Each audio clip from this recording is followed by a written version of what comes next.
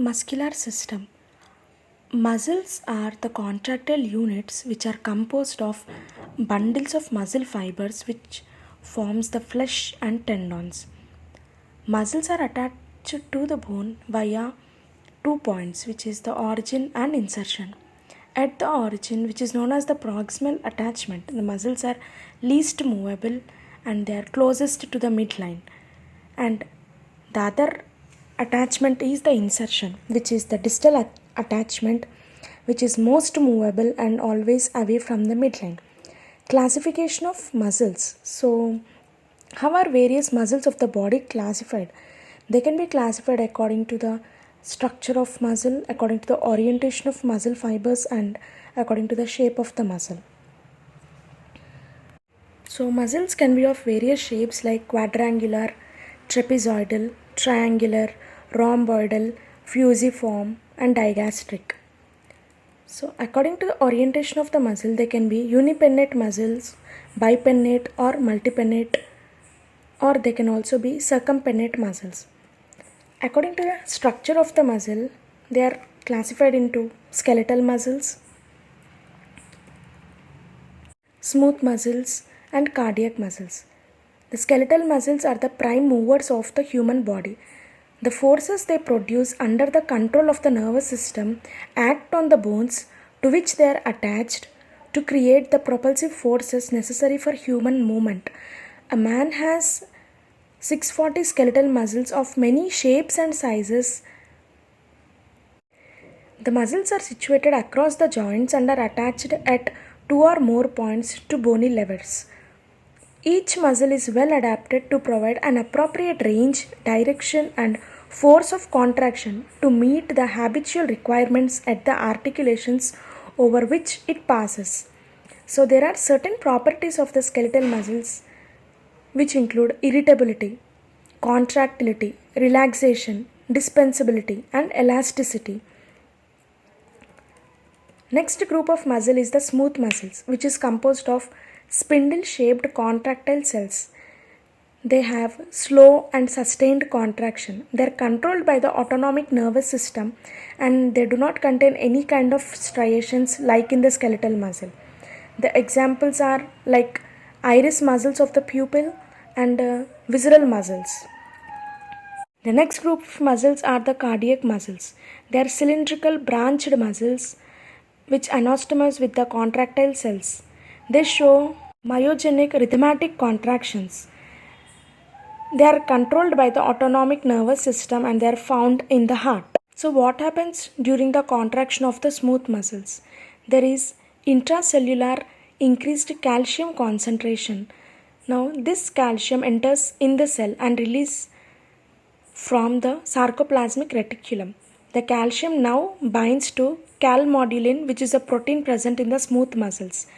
The calcium calmodulin now activates the myosin light chain kinase, which further phosphorylates the light chain in the myosin head and myosin ATPase activity. The active myosin now crosses the bridges, slide along the actin, and increase the tension. Now, what happens during the relaxation? The free calcium decreases in the cytosol when the calcium is pumped out of the cell or back into the sarcoplasmic reticulum. The calcium unbinds from the calmodulin. The myosin phosphate, it removes phosphate from myosin, which decreases the myosin ATPase activity. So, as a result, there is less myosin ATPase, resulting in decrease in the muscle tension. So, what happens in a skeletal muscle? The skeletal muscle fiber is seen to have regular striations. These striations are due to the transverse alternating dark and light bands on the myofibrils, which are parallel thread-like structures in the sarcoplasm, which is the muscle cytoplasm of a muscle fiber. The myofibrils, which are the smallest elements of the muscle fiber, they are visible under the light microscope and they are the contractile units of the fiber. The thick filaments are composed largely of the protein myosin. The thin filaments composed of 3 proteins. They are actin, troponin and tropomyosin. The dark or A band of the myofibril corresponds to the thick filaments. overlapped on either end with the thin filaments. The light or eye band corresponds to the region where there are only thin filaments.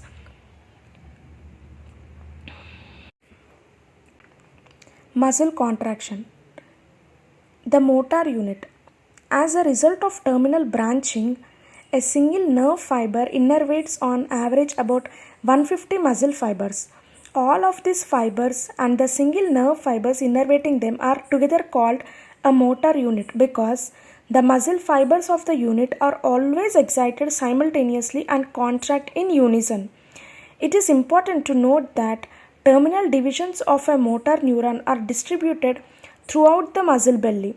Stimulation of a single motor unit therefore causes weak action in a broad area of muscle rather than a strong contraction at one specific point.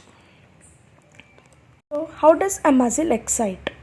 Muscle fibers possess the property of being excitable. Any force affecting this excitability is called a stimulus, which in muscle tissue is usually conveyed by muscle fibers.